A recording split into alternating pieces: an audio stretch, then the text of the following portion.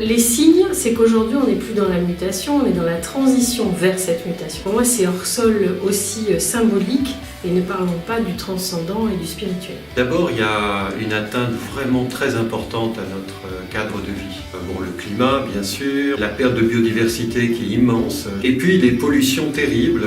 La technologie est en train de remodeler complètement notre environnement, mais s'intéresse maintenant de plus en plus précisément à l'intérieur de notre corps, et vient de plus en plus toucher la notion d'humanité. La mutation négative avec tout ce que l'on peut sentir de pollution, de destruction de la biodiversité. Tous les signes sont canalisés, représentés dans la crise écologique, mais elle n'est pas que écologique, elle est aussi une crise de sens, une crise sociale. Une sorte de repli sur soi généralisé, lié à une digitalisation croissante des échanges et de nos activités de consommation. Et donc on va avoir comme autre signe une augmentation significative de pathologies. Ils sont très contradictoires et c'est peut-être ces contradictions qui m'apparaissent comme le premier signe d'un monde en mutation. On n'est plus très sûr de rien. On voit s'affronter des choses anciennes qui sont là et auxquelles on tient. Effectivement, on vit dans un monde en mutation, mais il a toujours été en mutation. Peut-être que ce qui est particulier actuellement, c'est que c'est un monde qui offre de plus en plus de possibilités.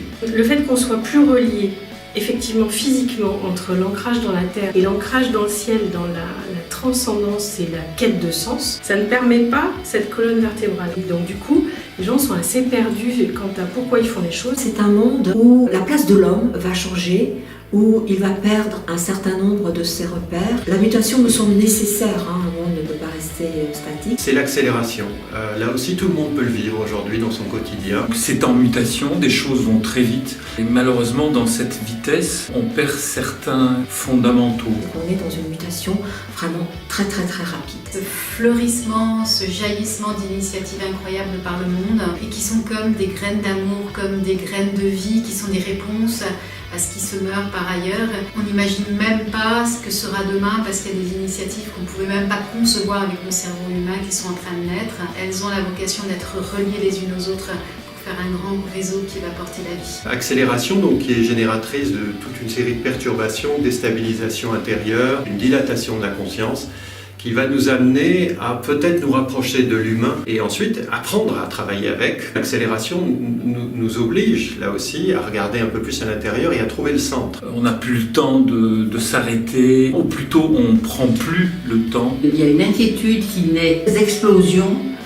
dans des sens différents, avec une certaine angoisse. Il y avait un certain désir de transmettre, de maintenir, et puis de l'autre côté, une inquiétude à envoyer promener des choses qui ont été précieuses et un désir quand même de le faire. Pour moi, les signes d'un monde en mutation, c'est quand les choses changent vraiment d'une génération à l'autre. Dans ma vision qui est générationnelle. Et je crois que pour moi, ce qui a beaucoup changé, c'est cette histoire du rapport au temps. Tout s'accélère de plus en plus. Ce qui me fait penser qu'on est en effet plutôt aujourd'hui dans un monde en mutation, c'est en effet la profondeur des changements. Le fait qu'on n'est plus sur des choses qu'on peut régler avec des réformes, mais qu'il faut vraiment travailler sur les fondements même de notre perception. Le fossé qui s'aggrave dans les inégalités économiques, de l'accès évidemment aux besoins primordiaux que sont l'eau potable, une alimentation décente et saine. Il n'y a peut-être pas beaucoup d'espoir, mais il y a beaucoup d'espérance à avoir.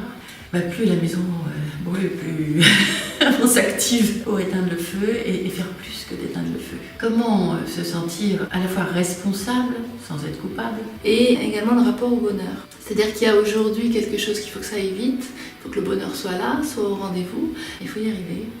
Il faut performer et je dirais que c'est devenu la norme d'être heureux, de faire les choses avec une efficacité sans fin. Et c'est ça qui fait penser qu'on est vraiment dans une phase de mutation, c'est la complexité du système dans lequel on est aujourd'hui et notre incapacité à nous projeter vraiment à l'avenir. C'est des changements qu'on a du mal à anticiper puisque en effet ça ne va pas être prendre le même système et le refaire. Je pense par exemple des choses comme la Révolution française qu'on pourrait considérer comme une mutation. C'est pas une mutation, c'est un changement. C'est un changement, mais les paradigmes restent les mêmes fondamentalement. Donc on est vraiment face à quelque chose qui risque d'être beaucoup plus profond, qui va nécessiter une remise profonde en question de nos